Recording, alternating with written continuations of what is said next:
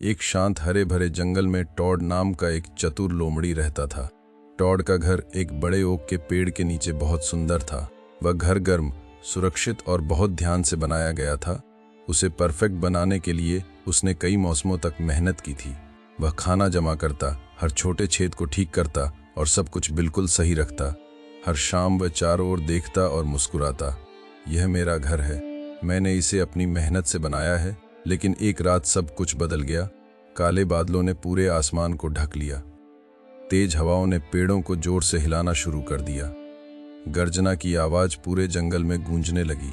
बारिश पहले हल्की और फिर बहुत तेज होने लगी। जल्दी ही जमीन पानी को संभाल नहीं पाई। पास की नदी का पानी बढ़ने लगा, पहले धीरे, फिर तेजी से और फिर बेकाबू होकर पानी तेजी से जंगल में घुस आया।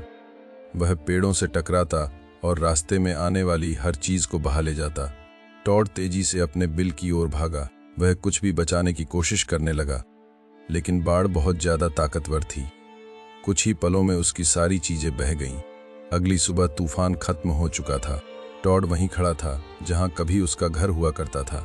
अब वहां कोई बिल नहीं था, कोई खाना नहीं था, कोई आराम नहीं था, बस गीली जमीन और सन्नाटा था। कई दिनों तक टॉड बिना दिशा के जंगल में भटकता रहा। मैंने इतनी मेहनत की, फिर मेरे साथ ही ऐसा क्यों हुआ? वह गुस्से में था। वह खोया हुआ महसूस कर रहा था। वह पूरी तरह खाली महसूस कर रहा था। उसे समझ नहीं आ रहा था कि फिर से शुरुआत कहाँ से करे। एक शांत दोपहर को टॉड नदी के पास बैठा था। वह बहते पानी को चुपचाप देखता रहा। पास ही एक बूढ़ा कछुआ उसे ध्यान से देख रहा था। कछुआ धीरे धीरे उसके पास आया।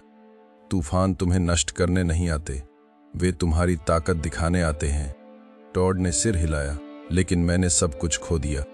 कछुआ धीरे से मुस्कुराया, नहीं, तुमने सिर्फ चीजें खोई हैं, लेकिन तुमने खुद को नहीं खोया।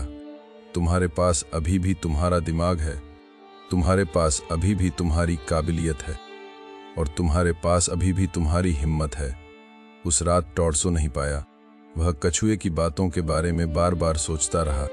तूफान उसका घर ले गया था, लेकिन बनाने की उसकी क्षमता नहीं।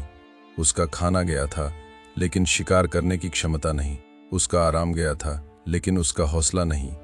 अगली सुबह टॉड ने एक फैसला किया, वह अपनी जिंदगी फिर से बनाएगा। उसने जंगल में नई जगह ढूंढनी शुरू की। उसे ऊंची जमीन मिली जो बाढ़ से सुरक्षित थी।